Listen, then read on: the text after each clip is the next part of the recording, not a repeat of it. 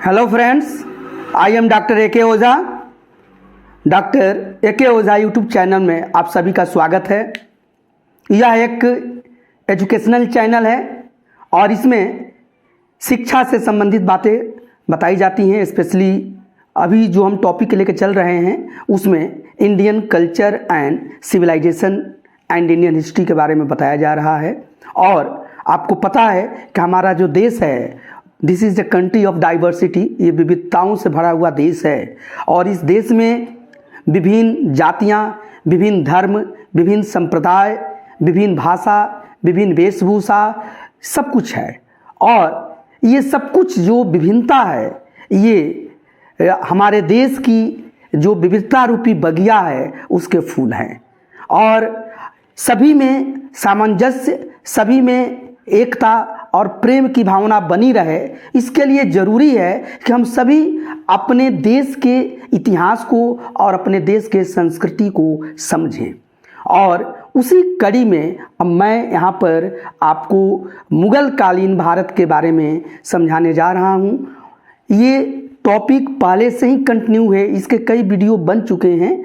आज का जो टॉपिक है वह मुग़ल शासक, जो मुग़ल काल के चौथा शक्तिशाली शासक हैं जहांगीर, उनके बारे में हम बताने जा रहे हैं। और जहांगीर के बारे में प्रायः सभी लोग जानते हैं क्योंकि कई पिक्चर भी आ चुकी है। बहुत इंपॉर्टेंट पिक्चर मुग़ल आजम पृथ्वीराज कपूर की बनी हुई थी, तो उसमें आप लोग जहांगीर या उन्हीं का नाम सलीम भी था, और अनारकली, कई कहानियाँ आप लोग सुने हैं, उन्हीं के बारे में मैं बताने जा रहा हूँ। पिक्चर में तो खैर वो पिक्चर है और उस दृष्टि से वो बनाया गया है, हालांकि वो भी कुछ तथ्य पर ही बनाए जाते हैं ऐसे ऐतिहासिक पिक्चर, लेकिन हमारा सब्जेक्ट हिस्ट्री से संबंधित है। और हिस्ट्री में हम जहांगीर के बारे में हम उन सभी चीज़ों को बताएंगे जो आपके लिए ज़रूरी है। और यहाँ पर कोई भी विवादित चीज़ को हम यहाँ पर नहीं छुएंगे, बल्कि उनके मुख्य बातों को आपको समझाया जाएगा। जैसे कि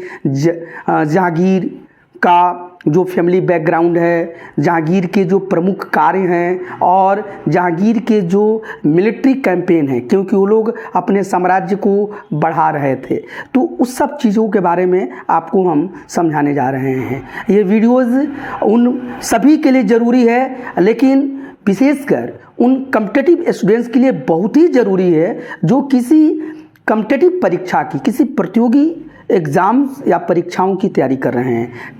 जैसे यूपीएससी की तैयारी हो, यानी सिविल सर्विसेज, आईएएस, पीसीएस, या आप एसएससी की तैयारी हो, या किसी भी वनडे एग्जामिनेशन की तैयारी में ये बहुत ही उपयोगी होने जा रहे हैं। और इसी दृष्टि से इस वीडियो को बनाया भी गया है, ताकि आप सिर्फ इस वीडियो को पढ़ लें तो आपके प्रायः क्वेश्चंस यहीं से हल हो जाएंगे और दूसरे सोर्स पर जाने की ज़रूरत नहीं होगी। हाँ, एक चीज़ का यहाँ पर हम बिल्कुल आपसे हम दावा करेंगे, प्रॉमिस कर रहे हैं कि आपको जो कुछ बताया जा रहा है वो बहुत ही ऑथेंटिक है, बहुत ही वह प्रमाणिक है और काफ़ी रिसर्च के बाद वो चीज़ आपके सामने पुटअप किया जाता है। तो आइए हम आपको अभी बताने जा रहे हैं डॉक्टर ए.के. ओझा चैनल के तहत जहांगीर को। हाँ, अभी तक अगर आप इस चैनल को सब्सक्राइब नहीं किए हैं तो इसको ज़रूर सब्सक्राइब कर लीजिएगा, क्योंकि आपके लिए बहुत ही प्रमाणिक और बहुत ही यूजफुल है। और कोशिश किया जाता है कि यह इंटरेस्टिंग तरीके से बनाया जाए। साथ ही साथ इसको शेयर भी कीजिए, और इसे कोई कमेंट हो तो कमेंट भी आप ज़रूर पास कीजिएगा, हमारे पास भेजिएगा, ताकि इसको और हम प्रमाणित कर सकें। अब देखिए यहाँ पर जहांगीर, देखिए जहांगीर का मतलब होता है कॉन्केरर ऑफ द वर्ल्ड, यानी कि विश्व को जीतने वाला, ये जहांगीर का है। एक्चुअली जहांगीर जब ये शासक होते हैं तब अपना ये टाइटल लेते हैं। ये मुग़ल काल के चौथे शासक हैं। यहाँ पर टोटल लिखा गया है, देखिए, 4th मुग़ल इम्पेरर। इनका जो समय है 1605 से 1627। 1605 टू 1627 AD है। ये इनका शासनकाल है, मतलब इतने समय तक शासन किए हैं। 1605 में जो इनके पिता हैं अकबर की मृत्यु होती है और अकबर की मृत्यु के बाद इनका शासन शुरू होता है जो 1627 तक जाता है। शासक जब गद्दी पर बैठते हैं तो ये जहांगीर की उपाधि लेते हैं और उसका मतलब होता है वर्ल्ड सीजर या कंकेरर ऑफ द वर्ल्ड।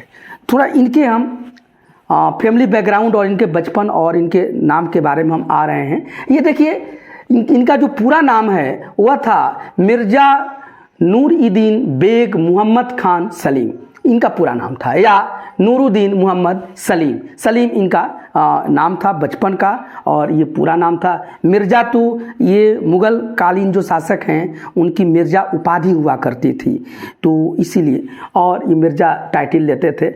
इनको शेखू बाबा भी कहा जाता था। ये क्वेश्चन में पूछा जाएगा कि शेखू बाबा किसको कहा जाता था, तो इन्हें शेखू बाबा, देखिए मैं यहाँ लिख देता हूँ कि इनका नाम शेखू बाबा। एक्चुअली अकबर जो थे इनको शेखू बाबा कह के ही पुकारते थे, शेखू बाबा, ठीक है। और सलीम इनका नाम पड़ा क्योंकि जो आपके संत सलीम थे, सूफी संत थे, उनका नाम सलीम था और उन्हीं के अकबर को मानना था कि उन्हीं की कृपा से इनका जन्म हुआ था और अकबर उनके बहुत ही एक तरह से उनमें विश्वास रखते थे, तो इनका नाम सलीम रखे थे और इनको शेखू बाबा कह के प्यार से पुकारते थे। सलीम का जो जन्म होता है वो देखिए टाइम हमने लिखा है 30 अगस्त 1569, मतलब 30 अगस्त 1569 है। और इनका जन्म फतेहपुर सीकरी में हुआ था। आपको पता है कि फतेहपुर सीकरी अकबर ने बनाया था और लाल पत्थर से, तो फतेहपुर सीकरी में इनका जन्म होता है। इनकी जो मृत्यु होती है वह 28 अक्टूबर 1627 में इनकी मृत्यु होती है राजौरी।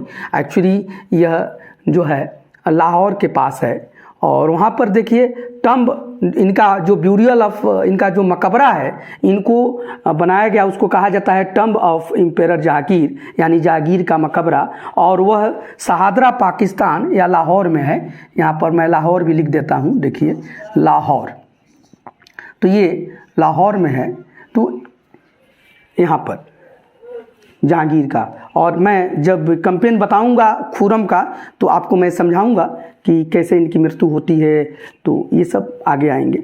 तो लाहौर में इनका मकबरा है और इनके पेरेंट्स का नाम है, जहांगीर के माता पिता का नाम है, हाँ बिल्कुल है, अभी मैंने समझाया कि अकबर के पुत्र थे, तो इनके पिता का नाम अकबर है देखिए, और इनकी माँ जो हैं वो मरियम उ जमानी हैं। मरियम उ जमानी जो हैं इनकी माँ हैं और वह इन्हीं को इतिहास में, ये राजपूत राजकुमारी हैं, मरिरा, ये जयपुर की आमेर की राजा की लड़की हैं, भारमल की, तो ये इनकी माता हैं और इन्हीं से, मतलब अकबर और मरियम उज जमानी से, जो कि मरियम उज जमानी आपकी राजपूत राजकुमारी हैं, और इन दोनों से सलीम का जन्म होता है। इनकी वाइफ्स, चूँकि उस समय के जो ये मुग़ल शासक होते थे वो एक नहीं कई पत्नियों से ये शादी करते थे, तो इनकी वाइफ्स थी। तो इनकी जो सबसे पहली पत्नी हैं उनका नाम है मान बाई। ये देखिए याद कीजिए, ये मान बाई है, इन्हीं को शाह बेगम भी कहा जाता था और यह राजपूत प्रिंसेस थी। ये भी जयपुर की राजकुमारी थी मान बाई, ठीक है। तो ये जयपुर की राजकुमारी मानबाई, इनके पिता का नाम भगवंत दास था और इनका जो ब्यूरियल है, मतलब इनका जन्म तो जयपुर में होता है लेकिन ये मरती हैं, तो इनकी मकबरा जो है वह आपको इलाहाबाद यानी प्रयागराज में इनकी मकबरा स्थापित होता है। तो जहांगीर की जो पहली पत्नी हैं वह मानबाई या शाह बेगम हैं और यह भी आपकी राजपूत प्रिंसेज हैं, यानी कि राजपूत राजकुमारी हैं और यह भगवान दास की पुत्री हैं और ये जयपुर से हैं। मतलब इनका संबंध वही है जो आपकी इनकी माँ जो हैं मरियम उजमानी, ये भी राजपूत राजकुमारी हैं, ये भी राजपूत राजकुमारी हैं और ये भी जयपुर से संबंधित हैं। अब देखिए दूसरी पत्नी जो हैं वह है जगत गोसाई, उनको कहा जाता था जगत गोसाई या उनको संत ऑफ वर्ल्ड, इसका मतलब होता है। और ये जोधपुर की राजकुमारी हैं, ये भी आपकी जो जोधपुर की राजकुमारी हैं और ये राजा उदय सिंह की लड़की हैं। उदय सिंह जो हैं ये राठौर रूलर हैं मेवाड़ के और ये जोधपुर के हैं राठौर ये, और एक उदय सिंह जो हैं वो सिसोदिया हैं जिनसे राणा प्रताप हैं। तो ये आप याद से, ये दूसरे उदय सिंह हैं, इनको मोटा राजा कहा जाता था, मोटा राजा। तो ये दूसरी पत्नी का हमने बारे में आपको बताया। और इन दूसरी पत्नी का जो लड़का है ये खुर्रम है, देखिए यही खुर्रम है। इनके बारे में इसलिए इतना बता रहे हैं जगत गोसाई के बारे में कि इन्हीं का लड़का खुर्रम है। और खुर्रम का मतलब होता है जॉय ऑफ द वर्ल्ड, ठीक है। और खुर्रम जो है यही जब शासक बनता है तो उसका नाम है शाहजहां होता है। यानी कि मुगल वंश का जो 5वां शासक हुआ वो जगत गोसाई का ही पुत्र था, ठीक है। और जगत इतिहास में कन्फ्यूजन होता है, कभी कभी ये मरिया उज्जमानी को भी जोधाबाई लोग कहते हैं और कहीं जगत गोसाई को भी जोधाबाई, क्योंकि ये जोधपुर से संबंधित होती थी। खैर ये जगत गोसाई हैं, इन्हीं का लड़का आपका खुर्रम है। और तीसरी इनकी पत्नी जो हैं वो आपका मेहर उर निसा, ये एक विधवा हैं। एक्चुअली इनके पति का नाम अली कुली बेग था, या उन्हीं को शेर अफगान भी कहा जाता था। और वो जब मर जाते हैं तो उनके मरने के बाद सलीम जो हैं इन्हीं से शादी करते हैं। और कहा जाता है कि ये बहुत खूबसूरत थी, हालांकि ये सभी इनकी पत्नियां बहुत खूबसूरत थीं, लेकिन नूरजहां बहुत खूबसूरत भी थीं और बहुत ही ये तेज दिमाग की थी, तीव्र दिमाग की थी, महत्वाकांक्षी प्रकृति की थी, हाई एम्बिशियस थी। तो ये और जो जहांगीर का शासनकाल है उस पर इनका बहुत पकड़ हो गया था शादी के बाद। तो खैर ये मेहरुन्निसा हैं। मेहरुन्निसा को जो पहले सलीम देखते हैं तो इनके प्रति, इनकी सुंदरता को देखकर इनके प्रति वो बहुत अट्रैक्ट हो जाते हैं। और एक्चुअली मेहरुन्निसा को लाया गया था, ये तो विधवा जब हो गई तो उस समय जो विधवाओं को किसी सेवा में लगा दिया जाता था, तो सलीमा बेगम वो भी विधवा थी, उनके सेवा में इनको लगाया गया था। और खैर वहाँ जब सलीम इनको देखते हैं मेहरुन्निसा को, तो इनकी सुंदरता से बहुत प्रभावित होते हैं और इनको वो बोलते हैं नूर ए महल। नूर का मतलब प्रकाश होता है, कहते हैं कि ये आप तो महल की प्रकाश है। तो ये नूर ए महल की इनकी उपाधि देते हैं, नूर ए महल। देखिए मैं लिख दे रहा हूँ। और फिर जब वो शादी कर लेते हैं तो उनको लगता है कि नूर ए जहाँ, नूर ए जहाँ। ये काफ़ी जो इतिहासकार हैं वो वर्णन की है कि बहुत सुंदर हैं। तो पहले तो कही कि नहीं, नूर ए महल मतलब आप जिस महल में रहती हो जी वो पूरा प्रकाशित हो जाता है। और शादी के बाद जब इनको ठीक देखते हैं जहांगीर या सलीम तो कहते करे भाई नहीं नहीं, हमसे कुछ गलती हुई है, तुम तो नूर ए जहाँ हो, पूरे विश्व की प्रकाश हो। तो इनकी इसीलिए इनका नाम नूर ए जहाँ हो गया। और इसके बारे में थोड़ा मैं आपको जानकारी दूंगा क्योंकि बहुत ही ज़रूरी है कि मेहरुन्निसा के पिता का नाम था एतमादुद्दौला, बहुत इंपॉर्टेंट है। और एक्चुअली में एतमादुद्दौला उनको उपाधि दी गई थी, उनका वास्तविक नाम था गियास बेग। इनके पिता का नाम ये पूछा जाता है। तो देखिए इनके जो पिता थे वो थे गियास बेग। देखिए मैं हिंदी में लिखता हूँ, हिंदी में बोल रहा हूँ, गियास बेग पिता के नाम थे। और इन्हीं को एतमादुद्दौला की उपाधि या एतमादुद्दौला भी कहा जाता था। एतमादुद्दौला, देखिए एतमादुद्दौला ये पिता हैं। इम्पोर्टेंट इसलिए है कि गियास बेग की पुत्री मेहरुन्निसा थी जो आगे चल के नूरजहां कहलाती हैं। और एतमादुद्दौला जब गियास बेग मरते हैं तो इनका मकबरा नूरजहां आगरा में बनवाती हैं। आगरा, वही आगरा जहाँ पर ताजमहल है। और आगरा में ये इतिहास में बहुत पूछा जाता है हिस्ट्री में कि सबसे पहली बार सफ़ेद संगमरमर का उपयोग एतमादुद्दौला के मकबरा में ही किया गया है।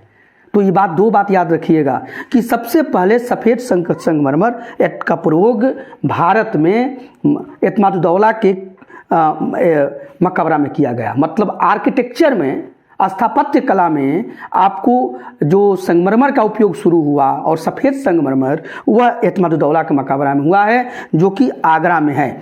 इसका जो मकबरा है वह आगरा में है, देखिए।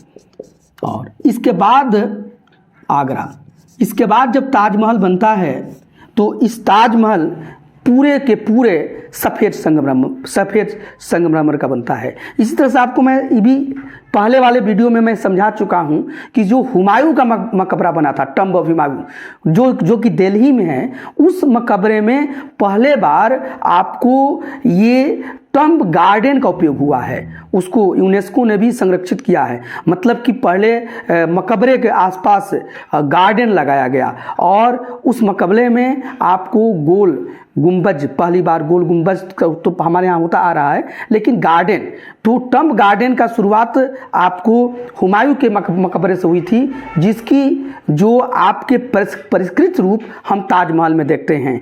तो आप ताजमहल अगर जाते हैं देखने के लिए आगरा में, तो आप वहाँ देखेंगे कि बहुत सुंदर ताजमहल के पास फवारा है, गार्डन है। तो इसकी शुरुआत हुमायूं के मकबरे से हुई थी और ताजमहल को देख के सब लोग विस्मय में पड़ जाते हैं, क्योंकि सफ़ेद संगमरमर और जब आप उसको थोड़ा सा चांदनी रात में देखिए तो उसकी खूबसूरती देखने लायक होती है। तो वो जो सफ़ेद संगमरमर की शुरुआत हुई वह यही एतमादुद्दौला के मकबरा में हुई और इसका जो जीनित देखने को मिला, इसका जो चरमोत्कर्ष देखने को मिलता है वह ताजमहल में मिलता है। दोनों आगरा में हैं। तो ये मेहरुनिसा हैं। और भी जान जाइए कि ये जो मेहरुनिसा हैं और इनके पिता एतमादुद्दौला हैं और इन्हीं की भतीजी मुमताज महल थी, ठीक है। और मुमताज महल के ही याद में शाहजहां ने ताजमहल बनवाया है। तो ये आपस में ये सब रिलेट करते हैं। अब इनकी थोड़ा माता के बारे में आ जाइए कि मेहरुनिसा के ये फादर हैं, ये देखिए ये फादर हैं, आप लोग कॉपी पर नोट करते जाइए। और ये देखिए मदर हैं, इनके मदर के बारे में थोड़ा समझिए। इनकी मदर का नाम था असमत बेगम। असमत बेगम ये बहुत इम्पोर्टेंट है और ये बार बार पूछा जाता है। ये गुलाब के फूल से एक खूब सुंदर इत्र बनाई थी, गुलाब फूल से इत्र, ये बस गुलाब का फूल और इत्र। तो इन्होंने गुलाब के फूल से और खूब सुंदर एक उन्होंने इत्र बनाया था, परफ्यूम बनाया था और तब से उसका परफ्यूम प्रचलित हो गया। तो ये असमत बेगम ने ही बनाया था। ये मेहरुनिसा का एक भाई भी थे, उन्हीं का नाम था आसफ खां। मेहरुनिसा का भाई का नाम था आसफ खां। बस 2 मिनट में ये परिचय मैं समाप्त करके फिर अगले टॉपिक पाऊंगा। आसफ खां, और इन्हीं आसफ खां की पुत्री थी, उनका नाम था मुमताज महल। देखिए मुमताज, जिन्हें मुमताज महल भी कहा जाता था, इन्हीं के याद में ताजमहल है। और इन्हीं मुमताज से ये खुर्रम की शादी होती है। ये मुमताज महल किसकी पत्नी थी? खुर्रम से शादी कराती हैं, खुर्रम, जो कि बाद में शाहजहां बनते हैं, शाहजहां, ठीक है। तो मुमताज से शादी खुर्रम की होती है। और ये देखिए, और इसी तरह से आगे जब देखिएगा तो एक तरह के ये 2 सत्ता के केंद्र हो जाते हैं। ये जो नूरजहां हैं वो बुआ लगती हैं, मुमताज महल भतीजी लगती हैं। नूरजहां जो हैं वह जहांगीर की पत्नी हैं और मुमताज जो हैं वो शाहजहां की पत्नी हैं, ठीक है। और बाद में तो ये कहानी है यहाँ पर। साथ ही साथ ये जो शाह बेगम है, इनके पुत्र का नाम खुसरू था, जो कि जहांगीर के शासनकाल में इनका भी विद्रोह होता है और इसको दबाया जाता है। ये जो खुसरू थे इसलिए इम्पोर्टेंट है, इन्हें भी बार बार पूछा जाता था कि इन्होंने विद्रोह किया था। और एक्चुअली ये जब विद्रोह खुसरू किए थे तो इनके विद्रोह को ये देखिए, ये मुग़ल शासकों में जो पुत्र का पिता के प्रति विद्रोह कर देना ये कोई नई बात नहीं थी। और आपने देखा कि खुद अकबर के शासनकाल में ही जहांगीर ने भी विद्रोह कर दिया था, सलीम का भी विद्रोह हुआ था, जिससे अकबर काफ़ी डिस्टर्ब हो गए थे। और फिर वही बात होता है ना कि आप जैसा करेंगे वैसा ही आप पाएंगे भी। फिर जहांगीर को भी अपने 2 पुत्रों के विद्रोह का सामना करना पड़ता है। ये सबसे ये पहले ये खुसरो का विद्रोह होता है। खुसरो जो मानबाई का पुत्र है, शाह बेगम का। और खुसरो जब विद्रोह करते हैं तो खुसरो के विद्रोह में 2 लोगों का जहांगीर का मानना था कि 2 लोगों ने इनको समर्थन किया था। एक सिखों के 5वें गुरु अर्जुन देव और दूसरा राजा मानसिंह। राजा मानसिंह वही जो औरंगजेब के नौरत्न में हैं। तो इनका जो विद्रोह होता है, खुसरो का विद्रोह, इसमें ये 2 लोग जो हैं, देखिए 2 लोग यहाँ पर इनको समर्थन देते हैं। एक तो है अर्जुन देव ये पांचवें गुरु हैं अर्जुन देव, और एक हैं राजा मान सिंह। राजा मान सिंह ये नवरत्न में थे। ये राजा मान सिंह को मनसबदारी मिली हुई थी, तो इनके विद्रोह को जहांगीर दबा देते हैं खुसरो को, और फिर इनको मार भी दिया जाता है जेल में डाल के। और देखिए राजा मान सिंह की मनसबदारी छीन ली जाती है। क्या की जाती है कि जो इनकी मनसबदारी थी उनको छीना जाता है, और अर्जुन देव जो सिखों के पांचवें गुरु थे उनकी हत्या कर दी, मतलब इनकी फांसी पर लटका दिया जाता है। ये अर्जुन देव को फांसी पर ये लटकाते हैं जहांगीर। तो ये इस तरह से खुसरो का ये विद्रोह समाप्त हो जाता है। अब थोड़ा सा जब हम विद्रोह की बात करते हैं और जहांगीर के हम जो भी साम्राज्य विस्तार जो कर रहा था उस पर थोड़ी आपसे मैं चर्चा करूंगा। फिर उसके बाद जहांगीर के मुख्य कार्यों के बारे में आपसे चर्चा करूंगा। ये देखिए कि जहांगीर, ये देखिए भारत का मोटा मोटी ये मैप बनाया गया है, ये हाथ से ही ऐसे बनाया गया है, तो इससे आपको आइडिया मिल ही रहा है। ये आज का भारत है, ये देखिए पाकिस्तान है, ये अफगानिस्तान है। इस टोटल उस समय मुगल काल के अंतर्गत था। और जैसा कि आपको अकबर के समय में मैं पढ़ाया हूँ कि अकबर ने कंधार और काबुल पर ये विजय प्राप्त किया था। तो ये देखिए अफगानिस्तान में कंधार और काबुल है। तो अगर इसकी हम चर्चा करेंगे तो फिर जहांगीर के समय में यहाँ पर विद्रोह होता है, और जैसे तैसे जहांगीर कंधार और काबुल को तो मैनेज कर लेता है, इसके विद्रोह को दबाता है, लेकिन नाम मात्र का ही दबा पाता है। और शाहजहां के समय में ये जो अफगानिस्तान का जो काबुल कंधार है वो स्वतंत्र अपने को घोषित कर लेता है। ये देखिए जो सबसे इम्पोर्टेंट बात आपको हम समझाने जा रहे हैं वह है, ये देखिए मेवाड़ है। ये इम्पोर्टेंट जहांगीर की सक्सेस। मैं यहाँ पर लिखा हूँ, देखिए मिलिट्री कैंपेन जो स्टार्ट होता है अकबर ने जो शुरू किया था उसको जहांगीर भी कंटिन्यू रखता है। तो ये सिसोदिया रूलर मेवाड़ हैं, इनके साथ अकबर का भी युद्ध हुआ था, और ये एक ऐसा रूलर वंश था जो अकबर की अधीनता स्वीकार नहीं किया था। और उससे अकबर सबसे पहले तो इन सिसोदिया लोगों के साथ जो युद्ध हुआ वो सबसे पहला युद्ध ये है 1567 हुआ है, 1567 में।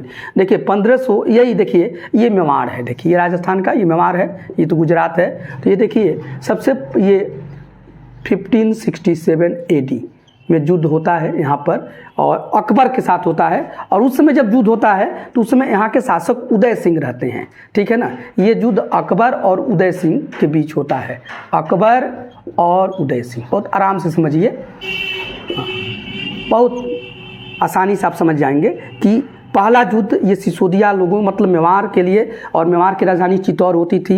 यहाँ के जो राजपूत वंश थे सिसोदिया राजपूत वंश से, इनके साथ बाबर का भी युद्ध हो चुका है। बाबर जब आए थे तो उस समय राणा संगा यहाँ का शासक थे। जो खानवा का युद्ध हुआ था आपको याद होना चाहिए 1527 में।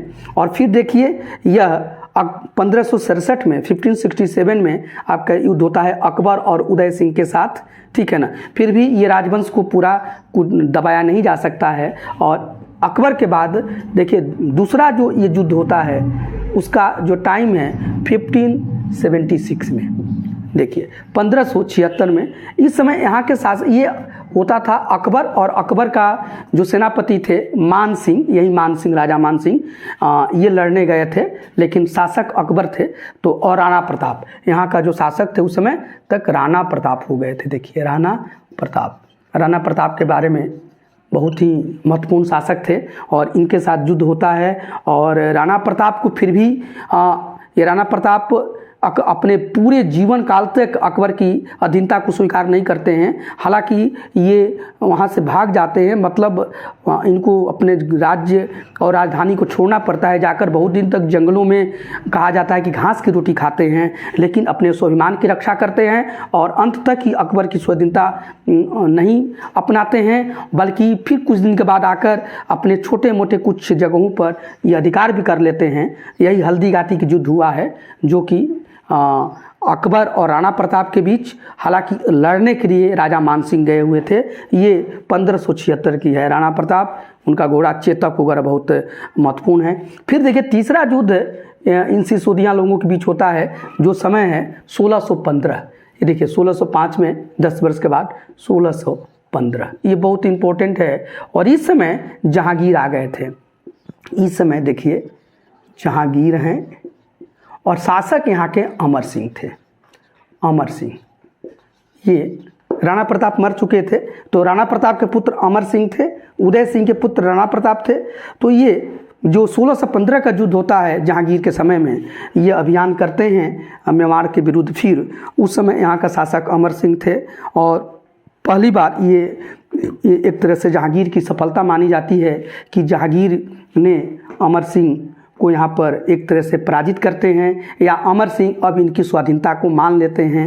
एक्चुअली जो राजपूत शासक स्वाधीनता को मानते थे उनको एक खिलवत, एक वस्त्र पहनाया जाता था, उनको बोला जाता था कि हम आपको टैक्स देंगे, और फिर तब जो मुगल शासक के कहते थे कि ठीक अब जाकर आप अपने आप शासन कीजिए, लेकिन हमारी अधीनता को स्वीकार करना होगा और हमें टैक्स देना होगा। तो अमर सिंह इस शर्त को मान लेते हैं और ये एक यहाँ पर मेवाड़ के साथ जो युद्ध है वो समाप्त होता है। हालांकि अमर सिंह इसमें अपने को बहुत अपमानित महसूस करते हैं और यह कह के अपने पुत्र करण सिंह को राज्य दे के वो राज्य से चले जाते हैं। तो देखिए इसके बाद करण सिंह आ जाते हैं। करण सिंह,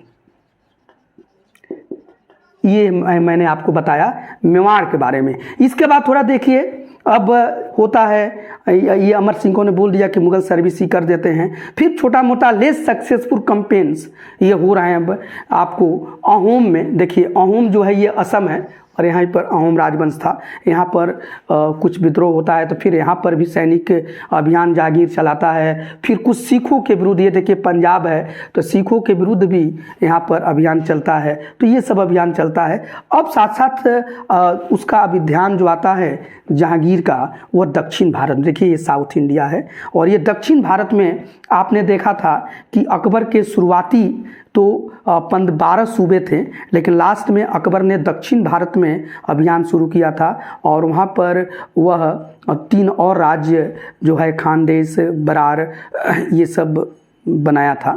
तो यहाँ पर दक्षिण भारत में जो अहमदनगर था, अहमदनगर के पूरे भाग को अकबर नहीं जीत पाया था। उसके पाटली विजय हुआ था, बरार पर पाटली वो जीता था। और उस समय वहाँ की शासिका चांद बीबी थी जो कि बहुत मजबूती के साथ अकबर का विरोध की थी, लेकिन कुछ पार्ट को अकबर ने जीतने में सफल रहा बरार को, लेकिन पूरे को नहीं जीता। अब यहाँ का जो शासक, अहमदनगर का जो शासक हो गया था, देखिए वो अहमदनगर है, अहमदनगर, और यहाँ का जो शासक है वह आपको उस समय मलिक अंबर हो गया था। मलिक अंबर, इसके हाथ में शासन की कमान थी। एक्चुअली मलिक अंबर जो था वजीर था चांद बीबी का, ठीक है। और मलिक अंबर इसलिए बहुत इंपॉर्टेंट है, एग्जामिनेशन में पूछा जाता है कि मलिक अंबर ने अपने राज्य में जो अकबर के समय जो भू राजस्व व्यवस्था टोडरमल देख रहा था, और टोडरमल ने एक 10 साला पद्धति शुरू किया था। 10 साला सिस्टम मतलब 10 साल का एक ही साथ वो कैलकुलेशन करता था। तो 10 साला सिस्टम को इन्होंने अपने यहाँ लागू किया था। मतलब भू राजस्व, मुगल कालीन जो भू राजस्व व्यवस्था थी 10 साला सिस्टम, मलिक अंबर ने अहमदनगर में भी लागू किया था। और इस समय जो जहांगीर के समय में अहमदनगर को पूरी तरह से ये जीता जाता है। इस अभियान में खुरम ने भाग लिया था। जो खुरम जो है शाहजहां, ये खुरम यही सफलतापूर्वक इस मलिक अंबर को हराता है और इसके बाद खुरम को शाहजहां की उपाधि दी जाती है। शाहजहां की उपाधि दी जाती है। तो ये बहुत इम्पोर्टेंट है। फिर इसके बाद आपने देखा कि हमने काबुल कंधार के बारे में बताया ही कि काबुल कंधार में भी विद्रोह हुआ था। हालांकि अकबर ने उसको जीता था, लेकिन इस विद्रोह को एन केन प्रकारे न जहांगीर जो है दबा देता है। फिर भी यह पूरी तरह से कुचला नहीं गया और शाहजहां के समय में ये स्वतंत्र हो जाते हैं। तो हम जब शाहजहां पढ़ेंगे तो इसके बारे में आपको समझाएंगे। एक और चीज़ आपको यहाँ पर मैं ये समझाने का ये प्रयास करूँगा यहाँ पर कि देखिए इसी समय खुरम का भी विद्रोह होता है। जैसे जहांगीर के दोनों पुत्र विद्रोह किए हैं, 2 से ज़्यादा पुत्र थे। तो खुसरो का हुआ था जिसमें कि उसको जेल में डाल दिया गया, विद्रोह को दबाया गया। उसको 2 लोगों का मानसिक समर्थन था, एक सिखों के 5वें गुरु अर्जुन देव का जिनको फांसी पर लटका दिया गया, और एक राजा मान सिंह का भी था, उनसे मनसबदारी छीन ली गई। अब खुरम जो था, अब खुरम के साथ आपका टकराव जहांगीर का हो जाता है। और खुरम का जो टकराव होता है वो एक्चुअली नूरजहां के साथ होता है। और नूरजहां जो है पूरे सत्ता पर एक तरीके से वो कुंडली मार के बैठ गई थी, ठीक है, और अपने प्रभाव को बढ़ाना चाहती थी और वो अपने पुत्र को शासक बनाना चाहती थी। तो एक ये बात थी। खैर, ये खुरम जो था वह अपने सभी भाइयों में ये ज़्यादा योग्य अपने को साबित किया। खुरम वही खुरम जिसकी शादी नूरजहां के भाई आसफ खां के पुत्री मुमताज़ से हुई थी। तो खुद ही ये खुरम का विद्रोह होता है और वहीं पर खुरम जो हैं वह जहांगीर और नूरजहां दोनों को लाहौर में बंदी बना लेते हैं और बंदी बनाकर उनको जेल में डाल देते हैं। मतलब फिर ये घटना हो गई। इसके बाद देखिए फिर ये जो खुरम है बाद में शाहजहां बनेंगे और यहीं पर देखिए मलिक अंबर के बारे को शाहजहां के बारे मिली भी है। तो इनके समय पे भी ये जेल में जाएंगे और इनके पुत्र औरंगजेब इनको जेल में डालेंगे। तो ये इनकी कहानी चलती आ रही है।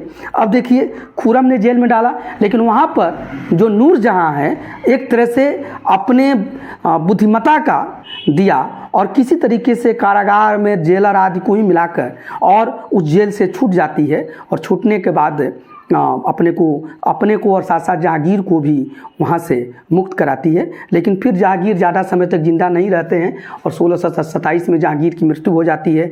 जब जहांगीर की मृत्यु हो जाती है तो जहांगीर को लाहौर में दफन किया जाता है। तो देखिए मैं यहाँ लिखा हूँ शाहदरा लाहौर में दफन किया जाता था। एक और बात बताऊँगा कि जहाँ जहांगीर को दफन किया गया वहीं पर एक और मकबरा है, उसका वो अनारकली का मकबरा है। देखिए अनारकली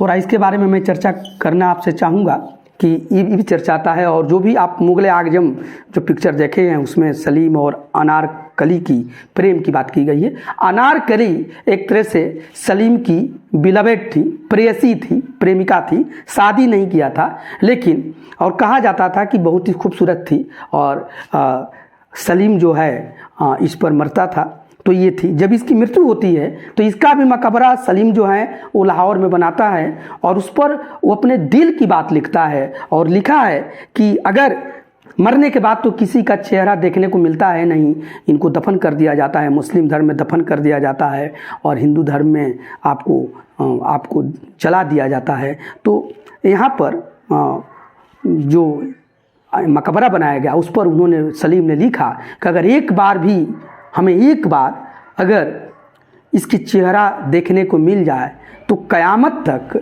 मैं खुदा का शुक्रगुजार रहूँगा। तो उसने ये यहाँ पर लिखा है। तो वही अनारकली का भी मकबरा और आपका लाहौर में ही है।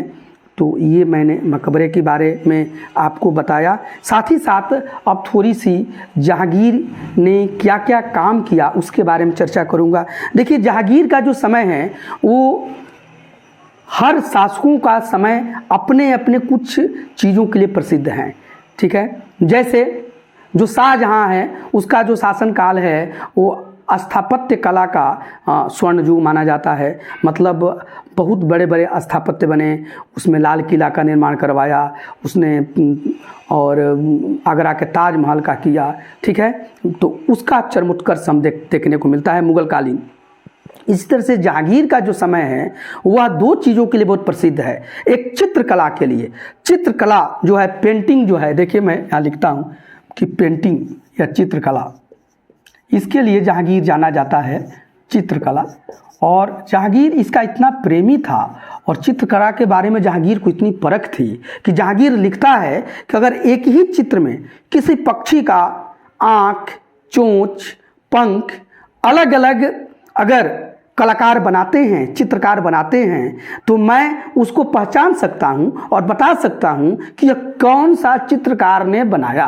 तो इस चित्रकला के बारे में इतनी इसकी परख थी और इसके शासनकाल में चित्रकला अपने चरमोत्कर्ष पर जाता है और चित्रकारों को इसने बहुत बढ़ावा दिया। इसी के साथ साथ न्याय के बारे में देखिए, जो ये न्याय प्रिय था, न्याय के बारे में भी इसका जाना जाता था। और न्याय के लिए जो इसके नियम बहुत कठोर होते थे।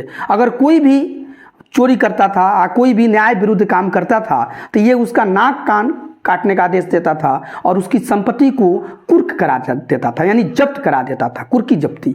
तो ये न्याय के लिए करता था। इसने सोने की अपने महल में ये सोने की जंजीर लगवाया था महल से बाहर, और शुरू में उसमें 24 घंटियाँ थी, सोने की जंजीर लगाया ये, ठीक है ना, गोल्डन चेन, सोने की जंजीर, और देखिए इसमें शुरू में 24 घंटियाँ थीं, घंटियाँ बेल्स, ठीक है, और बाद में इसको 12 कर दिया गया, 12 बेल्स कर दिया गया।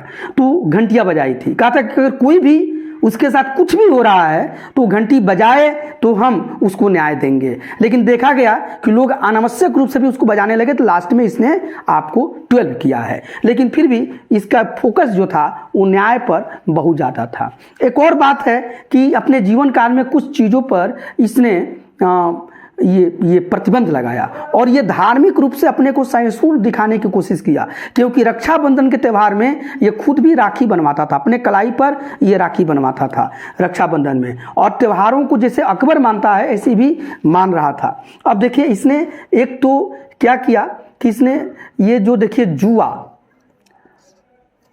पहले देखिए पशु हत्या और मांसाहार पर इसने कुछ दिन के लिए रोक लगा दिया, प्रतिबंध लगाया।